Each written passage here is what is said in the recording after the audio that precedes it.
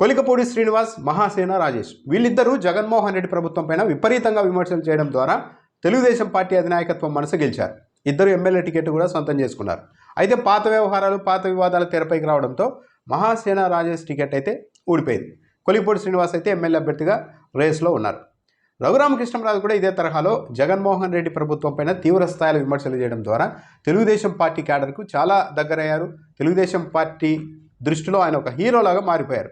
ఇప్పుడు ఎందుకు చెప్పాల్సి వస్తుంది అంటే, తెలుగుదేశం పార్టీ నాయకత్వం మాత్రం కొలికపూడి శ్రీనివాస్, మహాసేన రాజేష్ తరహాలోనే రఘురామకృష్ణంరాజును కూడా చూస్తోందా అన్న అభిప్రాయం అయితే కలుగుతుంది. ఆయన నర్సాపురం ఎంపీ టికెట్ ఆశించారు, కానీ బీజేపీకి ఇచ్చేశారు చంద్రబాబు నాయుడు. బీజేపీ టికెట్ ఇవ్వలేదు. దాంతో వెంటనే తెలుగుదేశం పార్టీ ఇదంతా చంద్రబాబు నాయుడు తప్పు కాదు, జగన్మోహన్ రెడ్డి బీజేపీని ఇన్ఫ్లుయెన్స్ చేశారు, నరసాపురం టికెట్ రాలేదంటూ ప్రచారం చేశారు. ఆ తర్వాత ఒక ప్రతిపాదన తెరపైకి వచ్చింది. సరే, బీజేపీ ఇవ్వలేదు కాబట్టి రఘురామకృష్ణంరాజు వల్ల బాగా లబ్ధి పొందింది తెలుగుదేశం పార్టీనే కాబట్టి ఆయన బాధ్యతను తెలుగుదేశం పార్టీ తీసుకోవాలి. విజయనగరం ఎంపీ టికెట్ ఇంకా ఎవరికి అనౌన్స్ చేయలేదు కాబట్టి రఘురామకృష్ణంరాజుకి ఇవ్వచ్చు కదా అన్న ప్రతిపాదన కూడా వచ్చింది.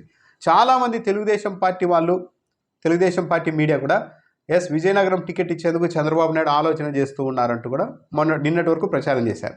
ఈరోజు అయితే ఆంధ్రజ్యోతి పత్రిక, సరే ఆంధ్రజ్యోతిలో కథనం వచ్చింది అంటే అది టీడీపీ అధినాయకత్వం యొక్క మనసే అని చెప్పాలి.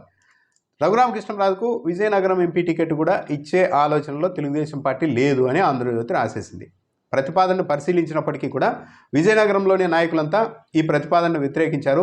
సామాజిక సమీకరణాలు సెట్ అవ్వవంటూ వ్యతిరేకించారు.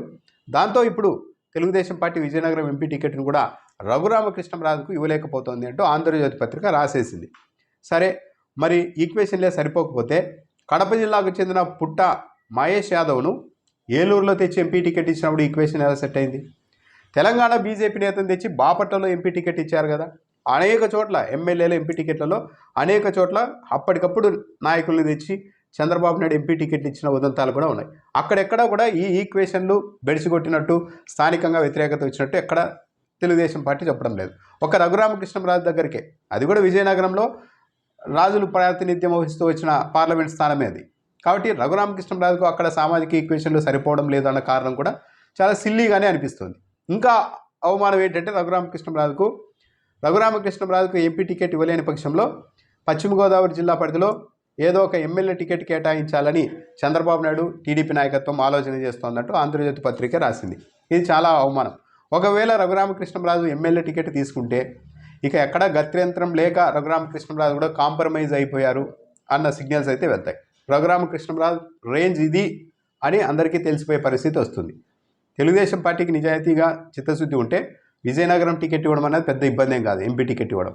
కానీ స్థానిక నాయకులు ఒప్పుకోవడం లేదంటూ కారణాన్ని సృష్టిస్తూ ఉన్నట్టుగా ఉంది. ఇది కూడా ఇస్తారో లేదో, ఎమ్మెల్యే టికెట్ కూడా అది కూడా కన్ఫామ్గా కాదు, ప్రతిపాదనను పరిశీలిస్తున్నారు అని ఆంధ్రజ్యోతి రాసింది. సో ఈ ఎమ్మెల్యే టికెట్ కూడా ఇస్తారా? అసలు రఘురామకృష్ణంరాజు ఎమ్మెల్యే టికెట్ తీసుకుంటారా? లేకుంటే ఎమ్మెల్యే టికెట్ లేదు, ఎంపీ టికెట్ లేదు, సమీకరణాలు సరిపోలేదు కాబట్టి ఎన్నికలు అయిపోయిన తర్వాత టీడీపీ అధికారంలోనికి రాగానే రఘురామకృష్ణంరాజుకు ఏ ఎమ్మెల్సీ స్థానం ఇచ్చేందుకో తెలుగుదేశం పార్టీ ఆలోచన చేస్తోందని ఇదే మీడియా మళ్ళీ కవరింగ్ కథనాలు కూడా రాస్తుందా ఏమో చూడాలి. మొత్తానికైతే రఘురామకృష్ణంరాజు తెలుగుదేశం పార్టీ వాడుకొని వదిలేస్తోంది అన్న అభిప్రాయం అయితే స్ట్రాంగ్గా ఉంది. ఈవెన్ ఎమ్మెల్యే టికెట్ ఇచ్చినా సరే ఆయనకు సరైన గౌరవం తెలుగుదేశం పార్టీ ఇవ్వలేదు అనే భావించాల్సి ఉంటుంది. ఇస్తే విజయనగరం ఎంపీ టికెట్ ఇవ్వాలి. అంతకుమించి ఏ ప్రతిపాదనలు తెరపైకి తెచ్చినా కూడా రఘురామకృష్ణంరాజును సైడ్ చేయడానికి తెలుగుదేశం పార్టీ ప్రయత్నిస్తోంది అన్న అభిప్రాయం అయితే కలిగేందుకు అవకాశం ఉంది.